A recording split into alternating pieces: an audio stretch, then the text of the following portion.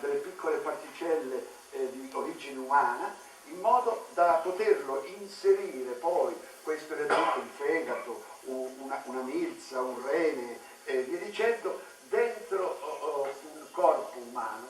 Però questo corpo umano del trapianto, prima del trapianto, deve essere preparato a sua volta in forma animale, per cui avremo un maiale che diventa un po' uomo, e poi avremo l'uomo maiale, che è una cosa riconosciuta già non soltanto dalla scienza, e così uomo maiale e maiale uomo hanno la possibilità di inserirsi in un gioco. Sembra una farsa. Quando io l'ho raccontato all'università, i ragazzi morivano dal ridere. No, è un profondo fatto scientifico che viene avanti con dei pericoli straordinari, e siccome esistono questi pericoli e siccome non si è ancora preparati a spiegare in fondo perché non si sono fatte le esperienze in merito, si preferisce tacere. Questo è il peggior modo di educare la gente, non parlare, coprire. Thank you. Now you see, we've had. That's the trouble when you ask a student to give a question. Che, I'd like to go to another student. Yes, I have the student is Yuka Tabuchi from Japan. My name is Yuko Tabuchi from Japan. In recent years, the USA has dominated the Nobel Awards. What do you think about this phenomenon? Aside from being in favor of it, I think. Do we have a comment on?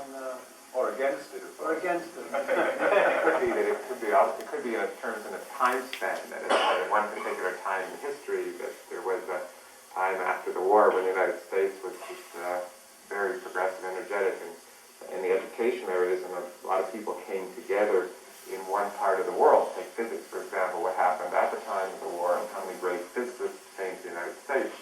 And similarly in my area, which is economics, the same thing happened, and so you get this great coalition of people from around the world that ended up in the United States.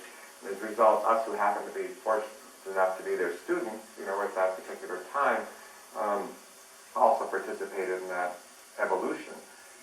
What could happen at some other time in history, or as we progress in history, I'm not so sure about. Yes, please. Yes. I think that is a very good question to put, and I agree with what Professor Scholl said. The United States had a leap ahead of many because it started its education in a good way. I want to first comment that we've had a lot of criticism of our education. I want to say a word in favor of it in the United States, because I find that some of our people that are being trained now, that come in as freshmen at UCLA, are superbly trained and ready to go. That our education system has done a marvelous job in many instances. I think that we're going to see more Japanese Nobelists when I see the amount of science that's now coming out of Japan. 20 years ago, I didn't have to pay attention to Japanese science. I surely have to now, you see, because of the accomplishments that are being made. But I want to say one other word in terms of our future, in terms of training people, that maybe our country has a real problem. We have a problem with our education system as it is, but I think our biggest problem is our gap between those that get into our good schools and those that don't. So we've got to be able to reach in earlier down to bring up the poverty level, to bring up the large number that don't get preschool education, so that we'll continue to have our share of Nobel Prizes out of our population. Bill. I certainly agree with everything you say. I think there are a few other factors that have worked in favor of the United States system. One of them has been support for research. After the war, there was a tremendous amount of support for research, a lot of it directed toward the waging of the Cold War. And a lot of that support for research ended up supporting very basic science. One of the difficulties that we face now is that as our American society, as well as societies elsewhere in the world, reduce the level of their expenditures for warfare, we also are reducing the level of our expenditures for research that had been associated with that and had been going toward basic research.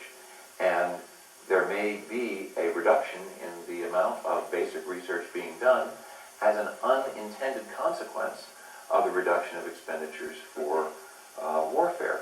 Another thing that I think that's important in the United States is a kind of spirit of inquiry, which I believe is becoming stronger in other places. A kind of inquiry that does not have a great deal of respect for authority, but wants to find out for itself what the answers to questions are. I think that in some other societies, that the respect for authority in the past has been very strong. And I think that as a spirit of inquiry increases, we'll see a lot more of new ideas and new research results coming from some of those places as well. And I think that Japan is an excellent example of a place where there is a tremendous growth in this kind of spirit of inquiry. And I believe that in my own field as well, that I find the work coming out of Japan to be incredibly exciting, and I expect to see a lot more in the way of basic results coming out of Japan. This brings to my mind another question. We know that a scientific base is crucial for economic development, and we're now thinking about third world and developing countries. What can the scientific community, this group and all of its colleagues, do to provide the kind of assistance to colleagues in the South, in the undeveloped South, so as to diminish the gap between the science-rich and the science-poor country? Are you talking about Alabama? Sorry. That was not heard by anybody. Please. Bob. Well, Can I recover? did you have any? Yes. Oh, please. It's actually interesting, but I do think it's just a rhetorical question. I won't ask a rhetorical question. Let me say the following: that with the possibilities of computing and technology, and with the possibilities of our communications technologies, such as internet and the like, multimedia, I would presume that as the cost of transmission of information falls, that the outreach of that information will be much larger. And so it's interesting to know that the scientific community at large can respond to that outreach in a very efficient and cost-effective way, because if the great minds are on multimedia and questions can be asked in a multimedia vein, where someone reaching a terminal in South America can get on that terminal and listen to a lecture or discussion by Bill Phillips and be able to ask questions through that media. Isn't the world going to be much smaller? Isn't our change in our educational delivery system really the answer to that particular puzzle? And it might really increase the value for the whole world community of that type of communication, cost reduction and efficiency enhancement. Yes. Well, yes, I think you touch on a major problem that's being discussed right now in Kyoto in terms of what the countries do that are developing countries versus the major countries in solving the energy problem and the crisis we have. I believe it's up to science to try to find more efficient ways to provide the needs of the world. We make the promise to the developing countries that you can become like us, and yet we know if they became like us in terms of consumption, that the world will be decimated of its resources in a much more rapid manner. We need to try to be able to do more with less. When we could see the development of photovoltaic power as a means of providing things in the third world country so that they can have some other resource besides just listening to the lecture on the internet and being able to develop some of their own. This dichotomy that we have between the have and the have-not, we must recognize, even as we come now to Earth Day and the other things, that we must somehow make it so that our demands on the world's resources to provide us with the necessities and what we want for a good life doesn't deplete the world as much.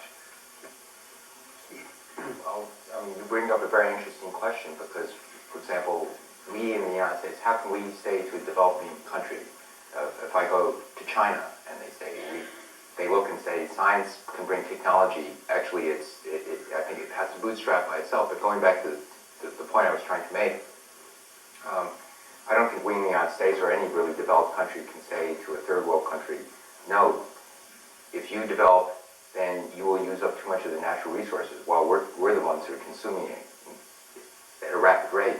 And so this, again, is one of these questions that really, I don't think the United States, my personal opinion is, I don't think we in the United States have been addressing it in a way that I think is proper. Oh, I'm sorry, where are we going? No, let's go on. We have to have order here. Right. No, when you say science-rich and science-poor areas, I hope this composition reflects here that you're including economic sciences to speak to this. Because I think much of what you're talking about, if you move away from science in the sense of contribution to knowledge, and you seem to be much more focused in these words on technology and the development, that as we've seen in the past, this isn't going to be a 101 course, but we always hear people saying, well, if we hold all the things fixed, then everything will be consumed in the world and destroyed. And yes, that's a possibility, but a very unlikely one, for the same reason that the last barrel of oil will never be consumed, because long before you'll get there, it becomes far too expensive to extract it. And one of the things that occurs, simply, is that we forget that, there's price systems and other things that are governors on all of this. It doesn't just go on in a science vacuum. We are living our present age is characterized by an explosion of technology. And yet that technology doesn't seem to be helping in this gap between the rich and the poor. In fact, it seems to be hurting it. Access to knowledge is limited. What do we do about that? How can we use the awesome potential of technology to reduce that gap between developing countries and developed countries, between inner cities of the United States and the suburbs? Coming back to the question concerning the gap between rich countries and poor countries, I think, of course, all of us try to have cooperation programs with a lot of countries which are trying to develop themselves. But I think it's very difficult, because when you receive the scientist and you form him, then the gap in technology is such that after his thesis, most of the time he wants to remain in the rich country. He don't come back to his country. And this is a very difficult problem. I don't know how to solve it. You see, it's not only a question of natural resources, it's a question of brain resources. And the power of attraction of rich countries is so large that it's difficult to avoid the brain drain. And we were discussing just before why US has so many Nobel Prizes, but you should not forget that after the war, a lot of very good physicists left Europe because of the Nazi persecution to the US. And also, I think that research is a long-term.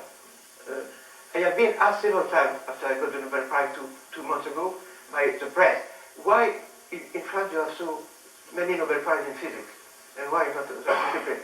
I think this is due to the fact that after the Second War, there have been a few people in France who went to the US, to Great Britain, to get a good formation, and then they came back in France, and they started to form a school of excellence. And I think it's very important to develop such centers of excellence where people try to work for a long time and to form good people. That's the main point. And I think for solving the problem of developing countries, one should help these people to develop centers of excellence, which could attract the good people. In terms of being an economist, but if you think about where production should occur, it shouldn't necessarily occur in every spot in the world. I mean, even in the United States, which is a very large country, we have centers of excellence around academic universities where there tends to be concentration, as you know, of output. So it might be very bad for society as a whole, society as a world society, to try to have centers of excellence that are too scattered, because it might be for us as a whole, as a world population, to have just a few centers. But the object of underdeveloped or developed countries or developed countries is to know what things should be in the underdeveloped countries that are efficient for them to have, and what things should be in the developed countries for them to have. And it's not obvious to me that we have to have a complete diffusion of economic knowledge or literature, or, because it's getting together, it's the collegial aspects which produce greater output. No, ci sono stati due elementi che sono ritoccati e poi sorvolati velocemente. Uno è il problema della produzione e della ricerca delle scoperte in un tempo in cui si tende a smantellare gli eserciti e la ricerca per la guerra. Questa indicazione sul fatto che la guerra, la tensione, i programmi sugli eserciti siano di vantaggio anche alla ricerca scientifica è storicamente un fatto esatto. Si sa benissimo che nel tempo del Rinascimento, il più alto, sono stati inventati dei cannoni di una potenza incredibile e che sono stati inventati delle macchine da guerra che poi sono diventati fatti attivi nella vita di tutti i giorni. Però bisogna, io credo, stare molto attenti nell'indicare queste situazioni. Io preferisco un'umanità che rallenta terribilmente il proprio sapere e impiega più anni a raggiungere certi elementi di un'umanità che con il pretesto di la scienza vuole le sue vittime, che è un tormentone, è una ripetizione che sentiamo da sempre. La scienza vuole le sue vittime, per cui se le macchine per produrre elettricità, se le macchine per produrre energia, certe volte possono massacrare dei popoli, ebbene è qualcosa che dobbiamo pagare alla scienza. Io aborro questa scelta. Non soltanto dico questo, ma noi dimentichiamo che il problema fondamentale anche della scienza sono i poteri economici che ad essi sono inseriti. È il potere del mercato, possedere i mercati. Voi lo sapete benissimo perché siete persone intelligenti e spiritose, amici miei, che l'ultima guerra terribile a cui abbiamo partecipato è stata quella nel Medio Oriente. Ebbene, nel Medio Oriente si cercava di barattare, di far passare ai giovani che questa era una guerra per la civiltà. No, era una guerra fondamentale per il possesso di beni di produzione, per il petrolio. Se noi non dimentichiamo questo e mistifichiamo, mi dispiace, ma la nostra scienza proprio serve ben poco. Allora bisogna sempre andare a puntualizzare quanto è il rapporto del bisogno dell'umanità e quanto è lo sfruttamento della scienza non per il bene dell'umanità, ma per il bene delle grandi imprese che conducono il possesso del capitale, del potere. E qui non sto facendo un discorso marxista, ma liberale, è alla base della situazione liberale. Lo diceva addirittura qualche tempo fa, prima che si inventasse la dimensione liberale, addirittura Newton. Newton parlava già di questa situazione dello sfruttamento e meno male che sulla testa gli è arrivata soltanto una mela, pensate se gli fosse arrivato un cavallo.